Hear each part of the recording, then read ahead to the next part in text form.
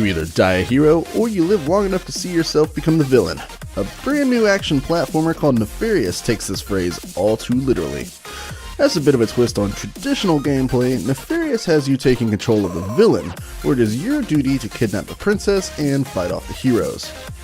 With plenty of references to the classics, you'll take part in what's called reverse boss fights, where you fight iconic battles from older games like Sonic or Mario as the primary antagonist against a hero or even a team of heroes. If you've ever had an itch to beat up the good guys, well, now's your chance. Nefarious comes to Steam on January 23rd.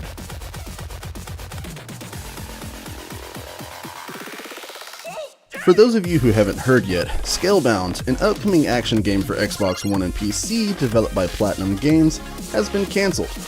While no official reasons for its cancellation have been given, there have been rumors that the project was just too ambitious and it got stuck in developmental purgatory. Platinum Games president and CEO Kenichi Sato did release a statement on the cancellation, saying, "We're sorry to say that on January 9th, 2017, Microsoft Studios announced the cancellation of Scalebound. We are very disappointed things ended up this way, especially since we know many of our fans were looking forward to this game as much as we were. Going forward, we will strive to continue delivering high-quality games to you, starting with Nier Automata in March, including products like Grand Blue Fantasy, Project Relink, and Lost Order in the future. We will keep working hard to meet your expectations, and we look forward to your continued support." Now, I didn't know much about Scalebound, but it did look promising. Let's hope the statement holds true and that we'll get some more interesting products in the coming future. In other news, a popular Counter-Strike esports community called ESEA was hacked and roughly 1.5 million users' personal information was held at ransom. The hacker declared the ESEA pay him $100,000 or else he was going to leak the information. After refusing to acknowledge the hacker for over the course of a week, the information was eventually publicized. In an FAQ, the ESEA stated, "We are still investigating, but we believe a large portion of the ESEA community members' information, including usernames and emails, private messages, IPs, mobile phone numbers, forum posts, hashed passwords, and hashed secret question answers, could have all been exposed." Now, that's a lot of information, but it's also becoming apparent that some users may have had their home address leaked. It's probably not necessary, but don't post your personal information anywhere you don't absolutely have to, because people like this exist and they prevent us from having nice things. Well, the time has come. The main event. The main feature. The big cheese. This week, we were finally given a proper look at Nintendo's latest console, the Nintendo Switch. There's a lot of information to cover here, most of which I'm probably not going to be able to get to in this video. So, let's talk about some of the things that I thought stood out the most. First, let's take a look at the Switch itself. The Nintendo Switch is both a home and portable console, featuring a docking station that houses the Switch and allows you to play on your TV at home. The Switch has two removable Joy-Con controllers, which can act as a single controller or individually, which makes for some interesting gameplay. The controllers also feature dual motion controls, allowing for nearly one-to-one input, similarly to the Wii remotes of the past. There's also a new feature called HD Rumble, which is supposed to allow you to feel more of the game and allow you to interpret what you're actually feeling.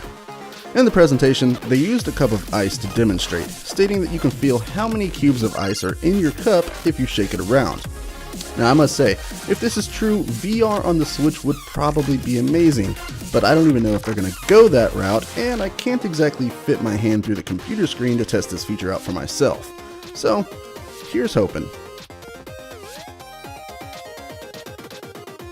Now let's actually talk about some of the games, though. As is tradition with new Nintendo consoles, a new Zelda game tends to come with it. The Legend of Zelda Breath of the Wild is probably the biggest game coming to the Switch thus far. While it will also feature a Wii U release, I think it's a safe bet to say the Switch release is where this game is going to truly shine, especially since it's going to be a launch title. It's the first game in the main series developed in an HD resolution, as well as featuring a fully open world setting. No more theme park adventures for Link! You will be able to play the dungeons in any order, and nothing is locked behind in-game requirements or completion of certain quests. I, for one, will be looking forward to Breath of the Wild, but then again, you know, I've played quite a few Zelda games, so I guess it's not absurd to think that I'm looking forward to this game. Anyway, point being, I just need to get my hands on a Switch, so that way I can play this game.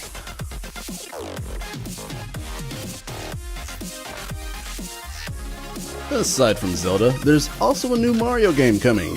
Super Mario Odyssey will be coming to Nintendo Switch this holiday season, putting Mario in a fully open-world sandbox environment. It's a throwback to older 3D Mario games like Super Mario 64 and Super Mario Sunshine, except this time Mario isn't in the Mushroom Kingdom.